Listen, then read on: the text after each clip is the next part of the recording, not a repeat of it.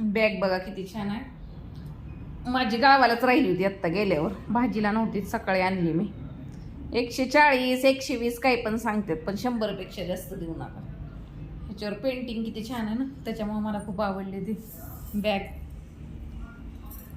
हे बघा किती सुंदर आहे, कलर कॉम्बिनेशन पण 100 पर्यंत मिळते. आणि ते वरचं नाही का बंद वगैरे धरायचे चांगले मजबूत आहेत. भाजी तुम्ही शॉपिंग काही पण करू शकता. सकाळी गेलते मी,